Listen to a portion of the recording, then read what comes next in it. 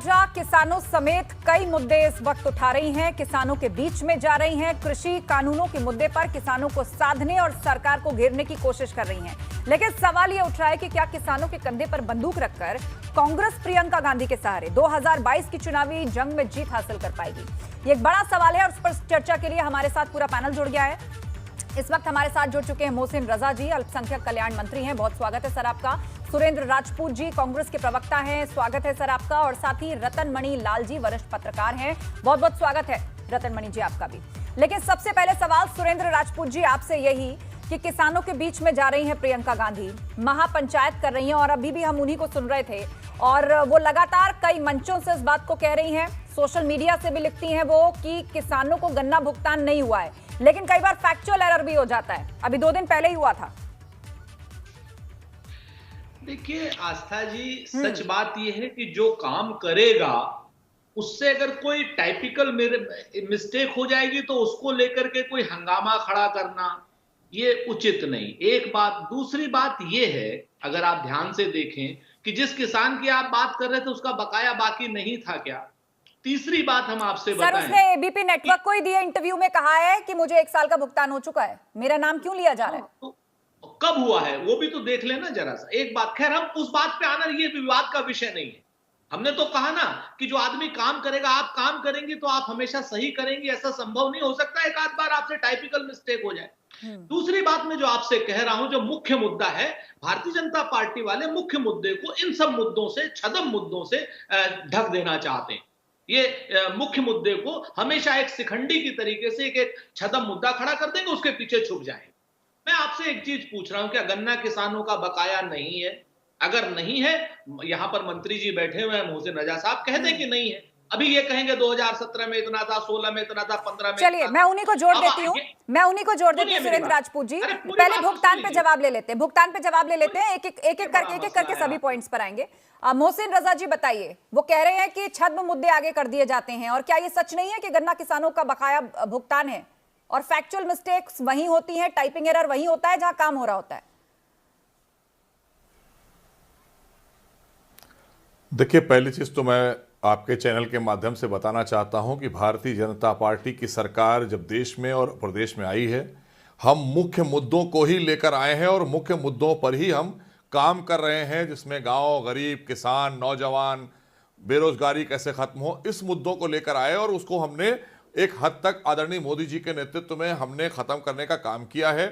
लेकिन जैसा कि अभी हमारे कांग्रेस के प्रवक्ता कह रहे थे, आपने कहा अभी प्रियंका जी कैसे पूछ रही थी सबसे, आपको इतना मिला, आपको ये मिला, आपको नहीं मिला।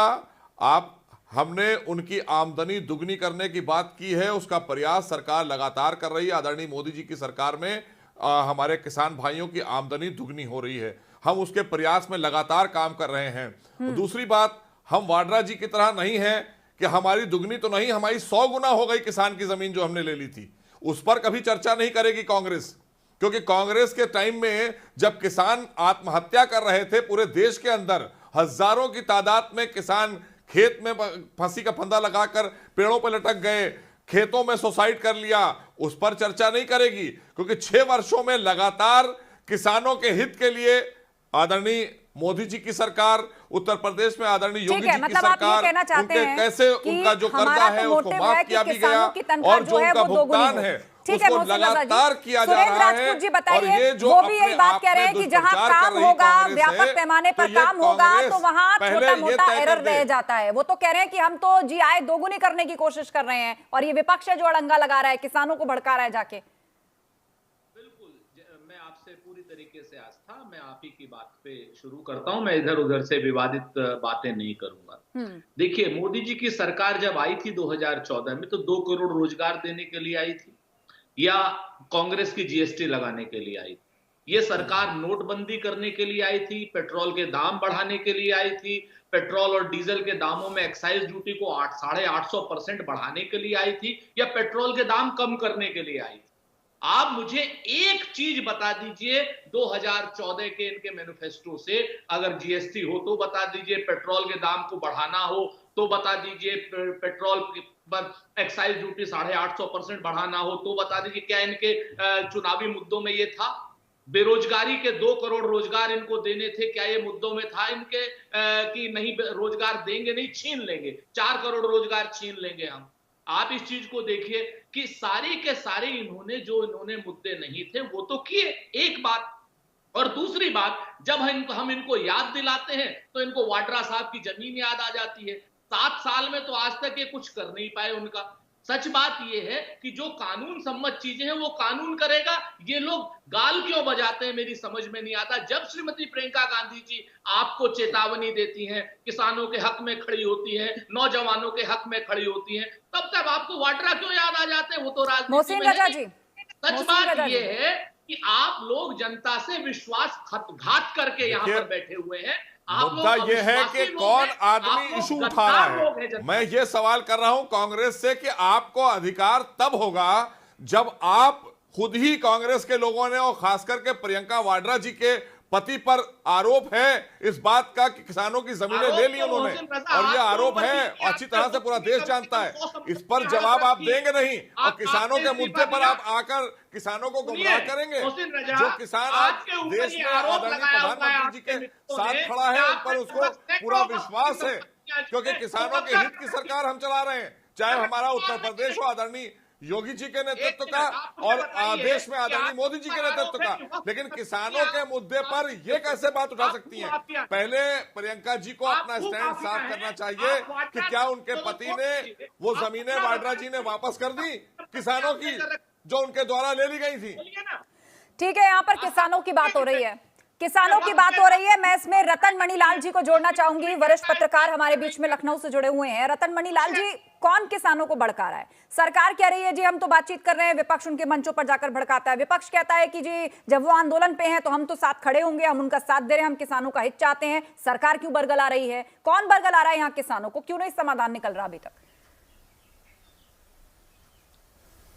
देखिए, पिछले 2-3 महीनों से हम देख रहे हैं ना कि किस तरह से पहले पंजाब से और उसके बाद पश्चिमी उत्तर प्रदेश से, उसके बाद हरियाणा से और तमाम सारे राज्यों के किसान पहले दिल्ली के चारों तरफ घेरा डाल के अपना आंदोलन कर रहे थे, और अब पंजाब के किसानों की तरफ से ऐसा लगता है कि वहाँ के किसान तो बॉर्डर से थोड़ा शायद कम हुए होंगे, लेकिन उत्तर प्रदेश की और किसानों का जमावड़ा अभी भी बना हुआ है।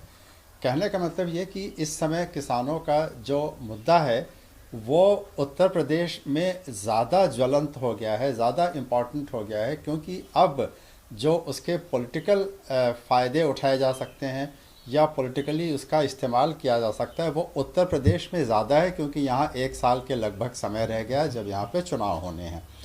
उत्तर प्रदेश में विधानसभा के चुनाव होना देश भर की सभी पार्टीज़ के लिए इतना ज़रूरी है जितना शायद आम चुनाव भी ना होता हो, ख़ास तौर पे जो प्रमुख पार्टियां हैं। तो इस समय किसानों का मुद्दा जिस तरह से कांग्रेस पार्टी ने उसको आगे लेके रखा है, आप देख रहे हैं कि प्रियंका वाड्रा जी का अधिकतर दौरा इस समय केवल पश्चिमी उत्तर प्रदेश के ही जिलों में है, जहां के किसान इस समय वहां दिल्ली बॉर्डर पे इकट्ठा हैं।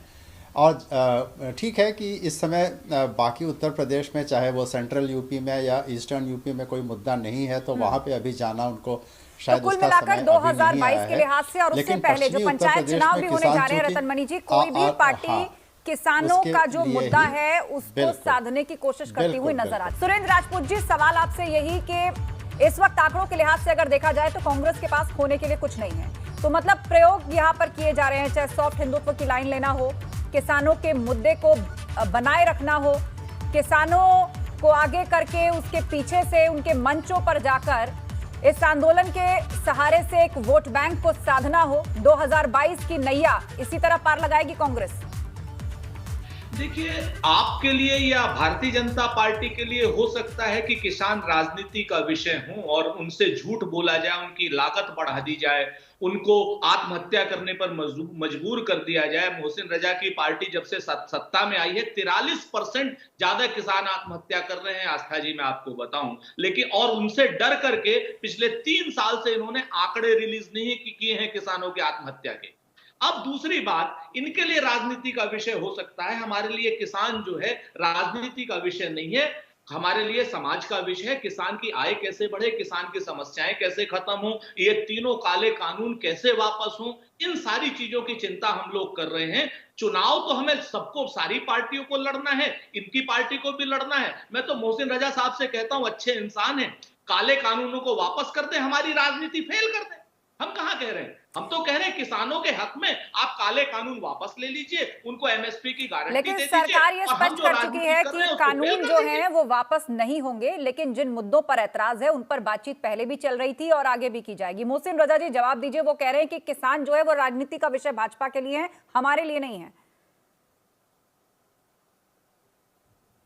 किसान का सम्मान जितना भाजपा में है उतना कभी कांग्रेस ने 60 वर्षों में किया नहीं, और इसीलिए आज कांग्रेस पूरे देश में हाशिए पर पड़ी है, प्रदेश से तो खत्म हो चुकी है। और दूसरी बात उन्होंने जो कही कि ये हमारा अन्नदाता है और हमारा देश कृषि प्रधान देश है, हम जानते हैं किसान क्या है हमारे लिए और किसान का महत्व देश के लिए क्या है, ये आदरणीय मोदी जी और भारतीय जनता पार्टी खूब जानती है। इसीलिए उनकी आमदनी कैसे दुगनी हो, कैसे किसानों के सम्मान के लिए उनकी सम्मान निधि उनके सीधे खातों में डाली जाए, ये आदरणीय मोदी जी जानते हैं, भारतीय जनता पार्टी जानती है। बिचौलियों का खेल कैसे खत्म हो किसान भाइयों के बीच से, ये भारतीय जनता पार्टी ने नीति बनाई है। इन्होंने तो किसानों को लूटने का काम किया है, इसमें तो कांग्रेस के नेता खुद शामिल हैं। अरे भाई, वाड्रा जी का नाम बार बार इसलिए लिया जा रहा है कि आप लोगों ने तो किसान भाइयों की जमीनें छीन ली थी, यही तो खेल खत्म करने के लिए कानून बना है। और अगर कांग्रेस के दिल में कालिक है तो वो अपनी कालिक प्रत्यारोप का दौर यहाँ पर शुरू हो गया, और जब भी ऐसा होता है तो डिबेट का निष्कर्ष निकालना बड़ा मुश्किल हो जाता है। पर बुनियादी सवाल वहीं का वहीं खड़ा है, आंदोलन में भी और यहाँ पर भी, कि आखिर समाधान निकलेगा कैसे। जिन्होंने हमेशा किसानों का शोषण किया है। चलिए, बहुत धन्यवाद आप सभी लोगों का चर्चा में शामिल होने के लिए। तो प्रियंका गांधी यानी कि कांग्रेस जो है वो लगातार पश्चिमी यूपी में अपनी सक्रियता बढ़ा रही है और किसानों के मुद्दे के सहारे 2022 की नैया पार लगाने की रणनीति बनाती दिख रही है।